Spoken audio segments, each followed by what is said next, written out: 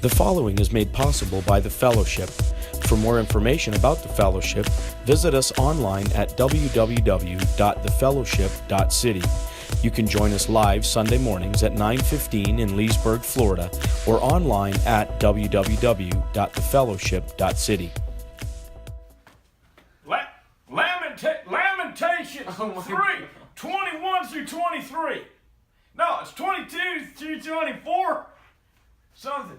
And God said, no, that's wait. What? Good Lord, what have I done? Oh no. That would be pretty funny. The steadfast love of the Lord never ceases. His mercies never come to an end. They are new every morning. Great is His faithfulness. The Lord is my portion, says my soul. Therefore, I will hope in Him. Lamentations 3:22 through 24.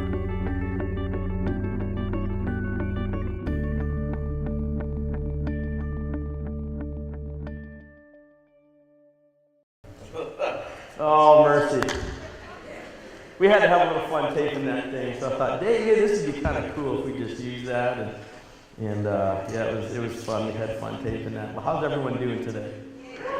Man, what a great morning at church. Yeah, praise the Lord. Praise the Lord. And great morning worship band, worship team, thank you. Thank you. Man, what a great morning of worship, leading us in the worship through song, and thank you for what you do. And man, let me, hey Chad, real quick, I'm getting a lot of feedback up here, man, a lot of ringing going on. Hopefully you're hearing it and it's not just in my ears. Oh, goodness. You know, it's funny for the, coming up in August here is going to be 14 years at the Fellowship for me. And, yeah, thank you. My point is, I'm up here almost every Sunday, except for vacations and so forth, so on. I'm in the same spot pretty much every Sunday. But man, does it feel different today.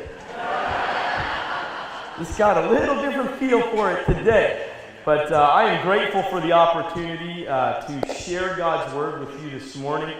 And as Pastor David said, hey, I want you to look at your life verse and explain or teach about your life verse today. You know, before we jump into that, there's some verses in the Bible that, you know, have you ever seen some of the funny verses in the Bible?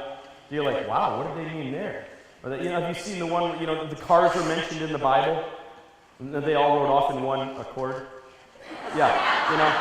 So you got, hey, I've got some of those this morning. I want you to take a look at these. Hey, let's go ahead. What's that first verse there? We got Jesus wept. Now, it doesn't seem real funny, but shortest verse in the Bible. And let me tell you, when I read this verse, I've got 4 kids, 2 young ladies going into high school this year. I can relate. I can relate to Jesus wept. Hey, let's take a look at that next one.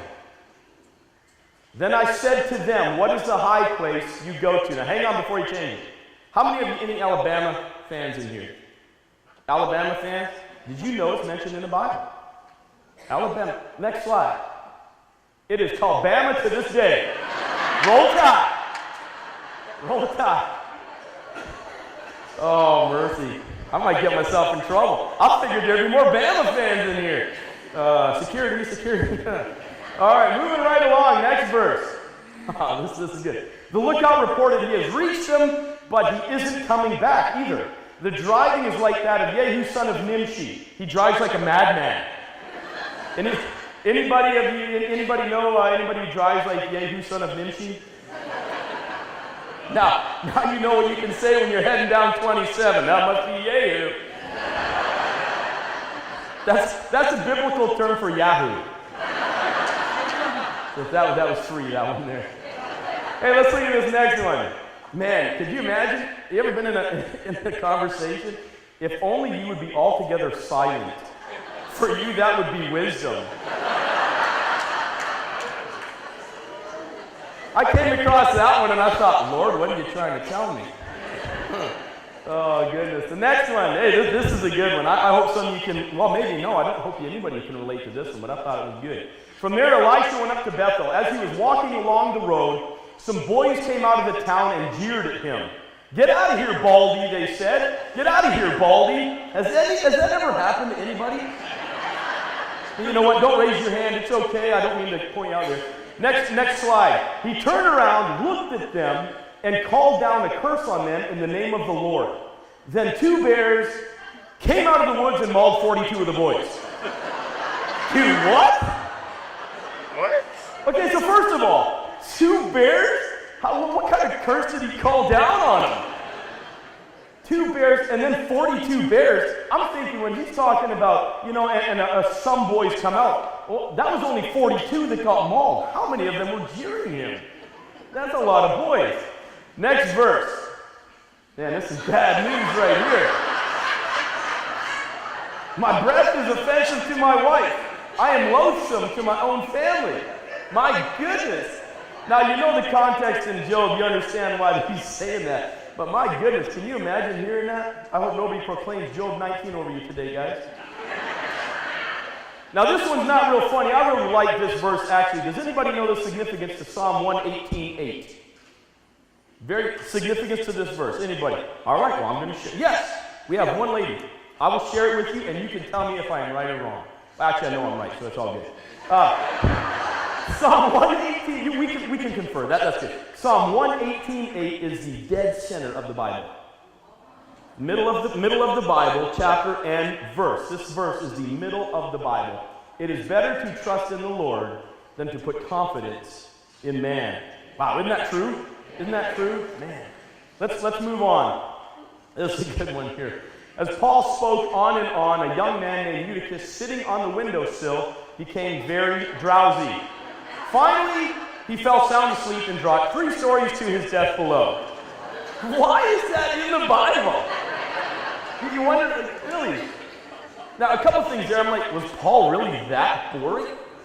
Well, here's the good news for today, folks. Here's the good news. I will try not to go on and on, okay? But should you get tired of hearing me, the good news is it's not too far from the chair to the floor.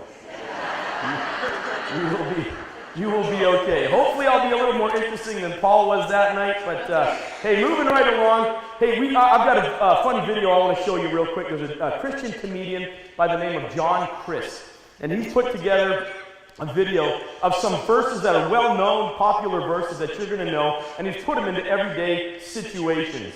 They're kind of funny, so I want you to go ahead and watch this video. Look at this pyramid. Let my people go. Oh, virgin daiquiris, my cup overflows. Oh, look how she is clothed, not in strength and dignity. Look at all these people gambling. Borrower is slave to the lender. Don't you dare even look at it. We do not swear in this house. Oh, the Lord is my shepherd, I shall not want. What? Stop it, Brenda. It's not a want, it's a need. Tattoos and piercings? Absolutely not. My body is a temple. Escalator broken, please use stairs. Consider it pure joy when you face trials of many kinds. Look at this beautiful city. Oh, resist the devil and he will flee from you. No thank you, I will not be going into this hotel. Thou shalt have no other gods before me. Oh, what do we have here? He's got the whole world in his hands. Oh, love this. Give to Caesar what is Caesar's. Look at this roaring lion. My God is not dead, he is surely alive. Those aren't the angels that visited Jesus, I'll tell you that. He's gonna go to Macy's, but Dillard's is having a sale. Man plans his steps, but the Lord directs his path. Look at these purses. Excuse me, this is fashion now? Lean not on your own understanding. Oh, Spencer's Gifts? Guard your heart. Finish line? Oh yes, run the race I have set before you. 30% off. All things work together for good. Oh, would you look at these here. Run and not grow weary, walk and not faint. No thank you, I don't need any skincare samples. I am fearfully and wonderfully made. Oh, there's Starbucks, thank heaven, streams in the desert. Look at these watches for such a time as this. Look at all this baggage. No thank you, I have left my burdens at the cross. Oh, I love this bedding. Yes, all who are weary, he will give you rest. Look at these knives. These are perfect. Iron sharpens iron. Oh, man does not live by bread alone. Hey, Adam, you want to take a bite of this? Man's original sin. Microsoft only for me, thank you. Oh, Lululemon, he will not tempt you beyond what you can handle. Oh, Zales, absolutely not. My treasure is in heaven. Payless is having a sale. Lead me not into temptation. Oh, judge all you want to. You without sin cast the first stone. Oh, love this hat. Look at this. Anyone who is in Christ is a new creation. I will dwell in the Nestle Toll House of the Lord forever. I come all the way in here for a sale and they don't have my size. Jesus, please, he who began a good work in you will bring it to completion. That was fun. I must say, though, I like the Apple one. I'm an Apple fanboy, so I've got to kind of rebuke that one. But hey, let's jump into my life verse. And when Pastor David asked us to share our life verse, I find that there's many different verses that apply to my life. Well, isn't that kind of ironic in the Bible that God would do that? I mean, that kind of makes sense, isn't it? Being that's our roadmap, our guide for life. And I find at many different stages of life. 2 young ladies going into high school. Jesus wept. I can relate. You've got other verses, John 16:33. There will be trials and tribulations in this world, but take heart, take faith. I have overcome the world. That's a powerful verse. There's many different verses that I thought would apply to my life and that I have as a life verse, if you will. We're going to hear some great verses and great passages of Scripture in this series. But the one that rings true for me and that I am grateful for, rings true in any stage, any situation of my life. And that is Lamentations 3:22-24. And I'd like us to read this all together this morning if we can. The steadfast love of the Lord never ceases. His mercies never end. Come to an end, yes. They are new every morning. Great is your faithfulness. The Lord is my portion, says my soul. Therefore, I will hope in him. Isn't that a great passage? And what we're going to do this morning, I'm just going to basically break down that passage this morning for us and just share a little bit about what that passage means to me. We'll give some context about where Jeremiah is when he's writing this. So let's look at that real quick. This book is made up of 5 chapters. Jeremiah is the author. And if this author, musicians, if this book were a song, it would be in a minor key. Okay, so not really up, not really energetic, not encouraging per se. Each chapter of this book is like an elegy, almost like a funeral dirge. It's pretty heavy in nature. One writer puts it this way: it is a poem of pity, a proverb of pathos, a hymn of heartbreak, a psalm of sadness, a symphony of sorrow, and a story of sifting. Lamentations is the wailing wall of the Bible. Jeremiah was a tender man, real soft, gentle man, but he was given the task of sharing the strongest and the harshest message in the Bible. He announced the destruction of Jerusalem, and he pronounced judgment, counseling the people to surrender to Nebuchadnezzar. Can you imagine having to do that? Looking at your city, Jerusalem, basically sitting on the rubble, seeing that God had allowed it to be destroyed, and you're basically saying, yeah, it's done, and here's what I'm going to suggest you do. You surrender. You surrender to King Nebuchadnezzar. We see in Lamentations 1:8 that Jerusalem hath grievously sinned, therefore she is removed. All that honored her despised her. So it's not a good situation for Jerusalem or Israel at that time.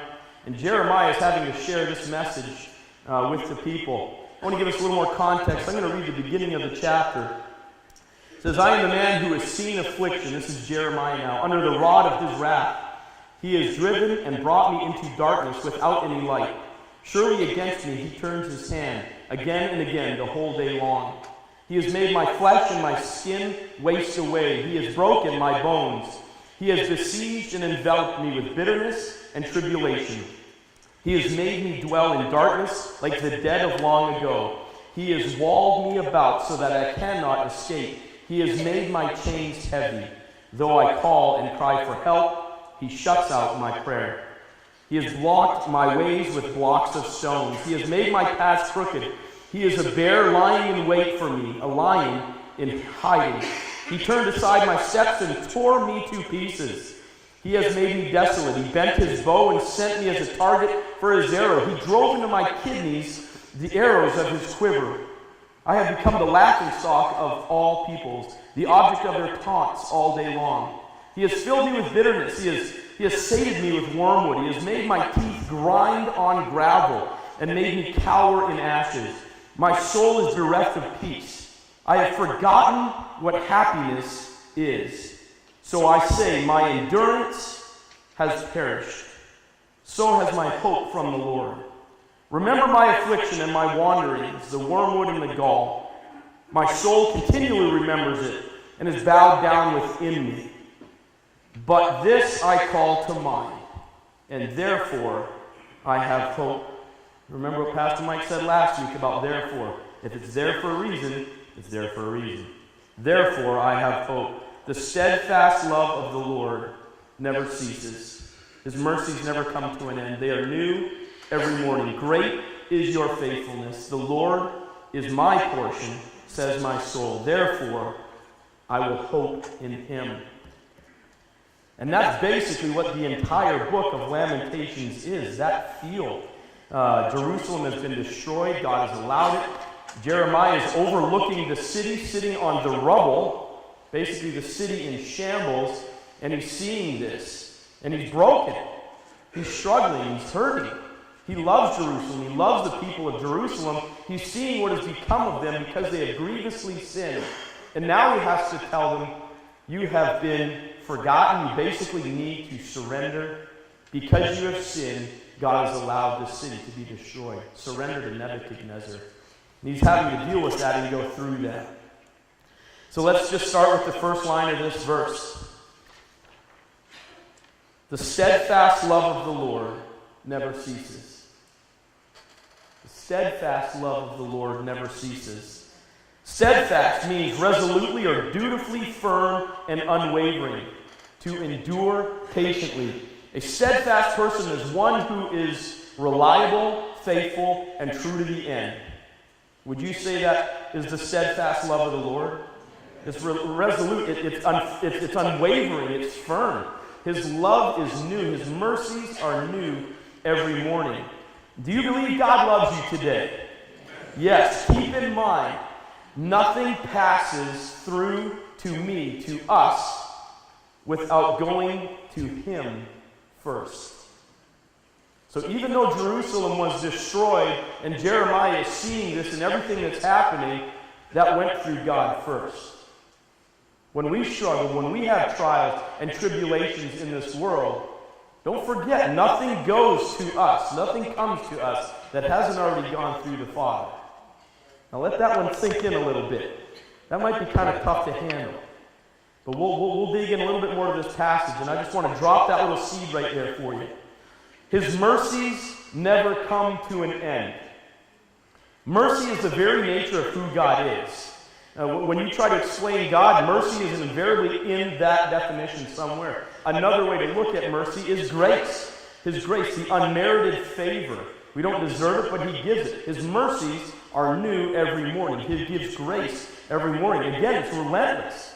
His mercies never come to an end. They don't stop in 3 weeks or a month or 2 years when he thinks you've had enough. They never end. They keep coming. He is relentless with his mercy. It's not just the mercy he provides for everyday life, but it is the mercy he has given so that we are not consumed by our problem. Let me read that again. It's not the mercy he provides for everyday life, but it is the mercy he has given so that we are not consumed by our problem. The King James puts it this way. It is of the Lord's mercy that we are not consumed because his compassions fail not. When you see that word consumed, what do you think? For me, that's all-encompassing. I am consumed. I am overtaken by a problem, a situation. Well, in God's mercy, he doesn't allow that to happen. He gives us mercy for the everyday life. But his mercy, what would have happened, could have happened to Jerusalem if he didn't show mercy on the city. Would they have been completely obliterated? He showed mercy. So as bad as it was, as bad as that situation you're dealing with or whatever you're going through, it could be worse. And it is because of his mercy that we are not consumed by that problem. Have you ever been in a situation where you just didn't know what was going on, what was going to happen, how you were going to make it out? We could have that conversation about how those situations look in our lives. I'm sure they obviously all look differently for every one of us. But I offer you this. Because of his mercy, he has prevented you from being consumed by your problem. He doesn't just provide mercies for the struggle, he provides mercies to prevent the struggle from being worse. When Jeremiah was contemplating the situation of Jerusalem, they would have been utterly consumed had it not been for the mercy of God. Let me say this real quick to you, and I want you to hear this and allow your heart to take this in. I was having a conversation this week with a great friend, a great theologian, mastermind of the Bible. The guy loves the Word. I enjoy conversations with him. And we're just talking about this passage and preparing today and setting up the slides and whatnot. And he said, you know what? Sometimes his mercy is letting it happen. Yep, that's exactly what I did. What? Sometimes his mercy is letting it happen. I love this quote from Graham Cook. The Father allows in his wisdom what he could easily prevent in his power. He allows in his wisdom what he could prevent in his power. So there are things going on in our lives that God is weaving together our life, our story. His ways are higher than our ways. His ways are greater than our ways. We don't know what he's doing and how he's fashioning. We've been asked to be obedient and live in faith to him. So sometimes his mercy is allowing it to happen. And we don't know how he's working that all together, but we see in Romans 8, he works all things together for good. So sometimes he allows us to go through situations in life. Moving on, they are new every morning. I love the words from this hymn. This old hymn says, day by day, listen to this with me, day by day, and with each passing moment, strength I find to meet my trials here. Trusting in my Father's wise bestowment, I've no cause for worry or for fear. He whose heart is kind beyond all measure gives unto each day what he deems best. Lovingly it's part of pain and pleasure, mingling toil with peace and rest. And then the start of the second verse says, every day the Lord himself is near with a special mercy for each hour. Isn't that true? Isn't that true? His mercies are new every morning. Why every morning? Why does God give them every morning? It's not because yesterday's mercies were bad or weak. It's because they were yesterday's. It's because they were yesterday's. Yesterday's mercies were for yesterday's burdens. Today's mercies are for today's burdens. You get that? Yesterday's mercies were for yesterday's burdens. Today's mercies are for today's burdens. This is brilliant. Could you imagine trying to save up mercies from day to day? Oh, tomorrow's burdens look pretty rough, man. I don't know, the rest of the week is, Lord, can I just save some of these mercies today? And I'm going to carry them over? Yeah, it doesn't work that way. That's not how God works. Plus, why would you want to do that? Now you're worrying about tomorrow, and that just can open worms everywhere. You don't want to do that. You don't want to save mercies. God's going to be there again tomorrow. You believe that? You believe? Amen. This is how a great example of this in the Bible is the Israelites. So we've got 600,000 men, okay? So obviously each person up there represents. Then we've got, let's just say they're married. Now we've got another 600,000 ladies. So now we're up to 1.2 million. Now let's just say they each got a child. We got 2.4, couple kids, exactly. Now we got 2.4 million people that Moses is leading out of Egypt. First of all, really? Can you imagine trying to lead 2.4 million people? I mean, just think about that. How many people are in the city of Orlando? Now let's just say double that, and then some. And can you imagine leading them out of Egypt? Okay, now you're being chased by horses and chariots, spears flying, everything's coming at you. And God says, you know what? You're going to go across this huge body of water. Do what? Moses, I've got 2.4 million people. How are we going to do this? Well, I'm going to part the water. What? Yeah, and just boom, and away you go. Water wall, you're going to walk right down the middle. Okay. Aren't you grateful for his faith? For his mercies that were new that day? Sure enough, he took them right down the center of that body water, and of course, we all know the rest of the story. The water came crashing in around the Egyptian army. There were probably people ready to go back. Can you imagine wandering through the desert?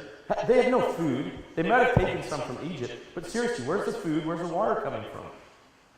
2.4 million people. That's not like, hey, let's just stop off at the Wawa and grab a few bags of water and ice. You're in the desert for starters. There were probably people, you know what, Moses, this is just too much. Too much. Let's just go back to Egypt. It's easier. Can you? Shoot, some of them are probably close enough to Egypt that they... No, never mind. Goodness gracious. God promised he would take care of them, and he provided. What did he provide for them every morning? Manna. He provided for them manna every morning. Can you imagine waking... God said, all right, here's what I'm going to do for you. Go to bed tonight. When you wake up in the morning, there'll be a blanket of manna on the ground for you. Okay. Now, at this point, you got to believe what he is saying, because he just walked you through, on dry land, a phenomenal body of water, and it crashed in, so forth, so on. So they wake up the next morning, boom, there's manna. Unbelievable. And how long do you think that went on before they finally got manna again, God? Really? Manna? You're God. That's all you've got is manna? Is there going to be any meat anytime around here soon? Man, oh. And you know that's how people were. They had manna again and again and again. I want to offer you this. Are you focused on the provision or the provider? Because if you're focused on the provision, you're going to get tired. You're going to get tired of seeing manna every day. It is what it is. Years of that. Years of manna. Are you focused on the provision, the manna, or are you focused on the provider? Because when you're focused on the provider, you're never going to get tired. The provision will always be what you need. And it'll always be good. You ever been at the end of your rope? Ever woke up one morning and think, I'm not sure how I'm going to make it through this day? Check out this quote from John Piper. You will not be asked to live tomorrow on today's strength. What you need today is not tomorrow's strength, but today's faith that tomorrow's mercies will be new and will be enough. Let me read that again. You'll not be asked to live tomorrow on today's strength. What you need today is not tomorrow's strength, but today's faith that tomorrow's mercies will be new and will be enough. You grasp that? Man, you don't have to worry about tomorrow. Don't worry about tomorrow. You don't need tomorrow's strength today. You need today's faith for tomorrow, that he will provide. He will show up and do it again like he's always done. He'll always provide the manna.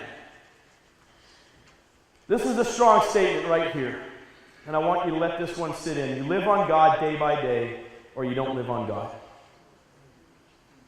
Now elbow your neighbor and say, what did he just say? You live on God day by day, or you don't live on God. Just think that through. You live on God day by day, or you don't live on God. If you're not living on God, well, who are you trying to live on? That's not going to work. That's been proven time and time again throughout history, and quite frankly, time and time again in my own life. I know that's true. If I'm trying to live on Tim Foose day by day, it doesn't go well. If I'm trying to live on God day by day, it's going to go well. God will provide his mercies each and every day for me. Like this next piece, great is his faithfulness. Will you just say that with me? Great is his faithfulness. Do you believe that today? And I know I could probably ask each and every one of you what that looks like. What does great is his faithfulness look like? And I could probably get all different kinds of answers. Because we've all seen him faithful in our own life. He is faithful to each and every one of us in how we need him to be faithful. Amen? I want you to just shout out right now, real quick. I know some of you are like, oh, here we go, shouting out. Just let me hear some ways that he has been faithful to you. Come on, let me hear you. Just proclaim it today. How has he been faithful to you? finances, health, Health. family. Yes. I love it. Popcorn. This is great. There Food. should be a lot more. Donut King. Somebody shouting Donut King. Get thee behind me, Satan. Oh, goodness. Donut King, thank you for that. Oh, he has been faithful, and he always will be faithful. Can I share with you some ways that he's been faithful to me? He has been faithful to me. Up on this platform this morning, there were 3 beautiful ladies up here. My wife was in the choir. My daughter that's going into high school was on the bass. And my daughter that's going into high school was on the keyboard. I got a little overwhelmed this morning, I'm going to tell you. That's powerful. God is good. God is faithful on many different levels there. Over to my right, your left, is a woman in my life that's been incredibly faithful. It's hot in here. I thank her for loving me as a son. She has, through God and through prayer, provided for me more than she knows. What an example of a godly lady, a godly mom, a godly Grammy to my grandkids, to her grandkids, to her grandkids. Oh, goodness. And as I sat down there this morning, I looked up on the platform, I thought, man, unbelievable that I get to serve each and every week with a group of musicians and singers that love the Lord, that love to lead worship. I get to be a part of a phenomenal church that is reaching every man, woman, and child with repeated opportunities to see, hear, and respond to the gospel. I get to serve alongside of you. God is faithful. He's been faithful to me. He's been faithful to my family. Church, he's been faithful to us. Look what he's doing on the other side of town at 473. Praise God in his provision. He's allowing us to reach a new community over on the other side of the lake. Phenomenal. God is faithful. God is moving and working. Hey, I'm going to ask the band worship team to come up right now. We're getting ready to finish. And what I want you to do real quick while they're making their way up, I just want you to write on the back of your bulletin. We've left some space at the bottom of your bulletin. Just write down some of the ways that God's been faithful to you. I know it's one thing to shout it out and to proclaim it, but at times you can go back and you can look and you can see that pen on paper. So when you're up against that next mountain, or you're facing a situation in your life, and you just need that confirmation from the Lord, you can look back at that bulletin and say, I remember that, Lord.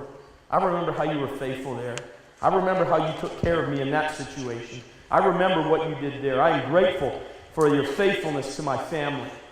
Just write down those things that you are thankful for his faithfulness in your life. The Lord is my portion, says my soul. Therefore, I will hope in him.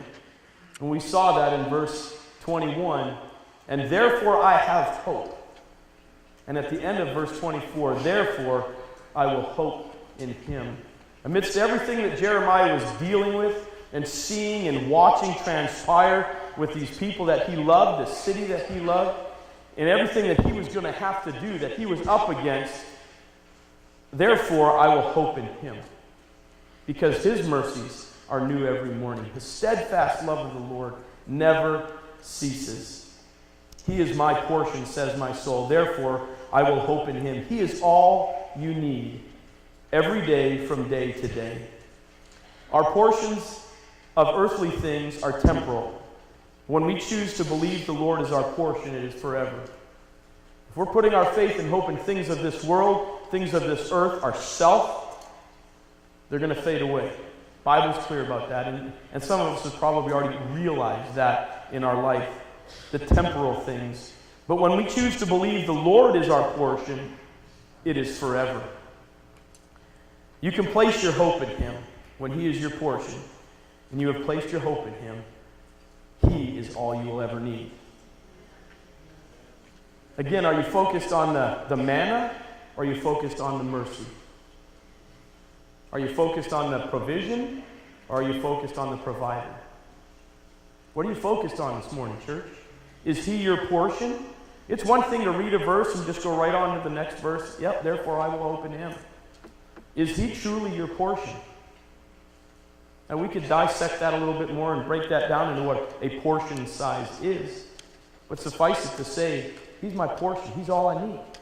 He knows what I need, how much I need, every day. And he's going to provide every day.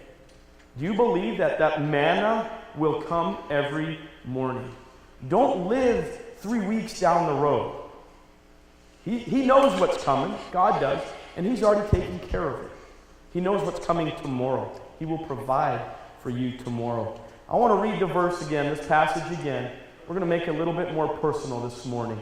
Will you read it out with me again? Your steadfast love never ceases. Your mercies never come to an end. They are new every morning. Great is your faithfulness. You are my portion, says my soul. Therefore, I will hope in you. And I hope that is true in your heart today, that he is your portion.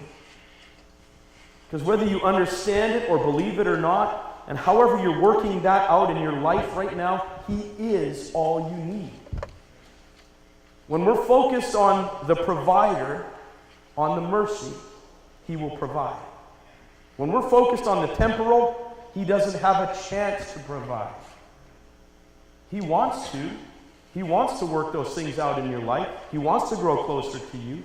But when we're not focused on him, there's not much he can do. Whatever you're going through, you can be sure he's there. Can you imagine what the Israelites felt that day in Jerusalem? God, what's going on? God just told them, you sinned. You sinned. Here's the repercussions. Whatever you're going through, you can be sure he is there. He is faithful. He is merciful. You can trust him. You can trust him. Now, I know that's easy to say. And it's easy to hear coming from a guy on a platform. But in your everyday, ordinary life, do you trust him? Have you put your trust in him? Have you put your hope in Jesus Christ this morning? If you have not, I want to give you an opportunity to do that right now. With heads bowed and eyes closed, will you pray with me? God, this morning I am oh so grateful for your love, for your steadfast love, for your unwavering love that never changes. God, I'm grateful for your mercies. Your mercies are just like a flood. They're new every morning. You provide what I need for that day. And God, Lord, with everything in me, I want to say today that you are my portion. And Lord, humbly, I know some days it's not the way I think. I know some days I can live on my own portion. I think I can do it on my own. But God, may I strive to live closer to you, relying on your provision each and every day, relying on your mercy each and every day. With heads bowed and eyes closed, if you're in the room this morning and you haven't placed your hope and trust in Christ, I want to give you an opportunity to do that. We've looked at a passage this morning and you're like, what does all that mean? And mercies are new every morning. And it might not make complete sense to you today, but you want to know more about it. You want to put your hope. You want to be able to say that he is your portion, that you hope in him every day. I'd like you to just say this prayer after me silently to the Lord this morning. There's nothing special about the words I'm going to say. It's more about the position, the posture of your heart today as you're praying to the Father. Just say these words after me. Jesus, I need you in my life. I know I have sinned against you. Lord, will you forgive me of my sin? I give my life to you. Lord, I want to live for you every day. I want you to be my portion.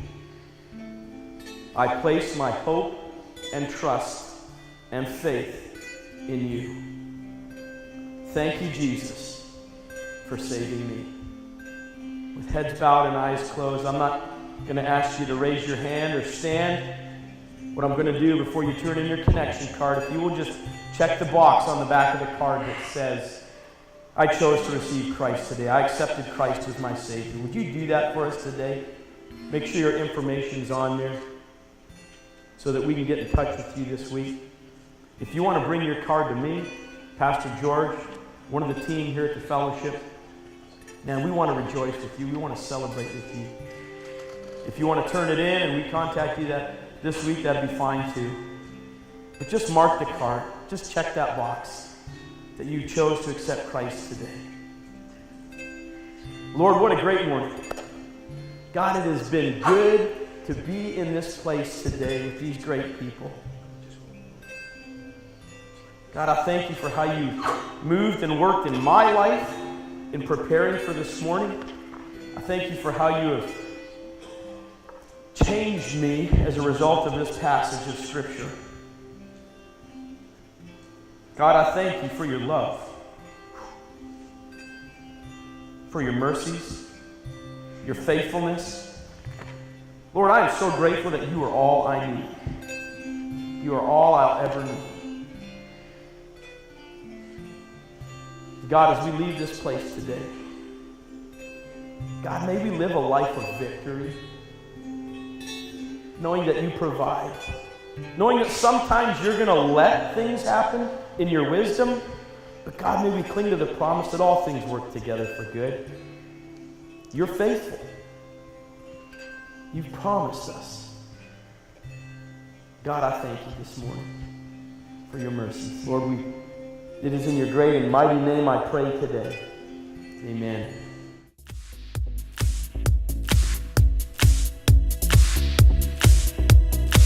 This podcast has been made possible by the Fellowship. Thank you for listening. We hope you've enjoyed the message. Be sure to check back next week for our next installment.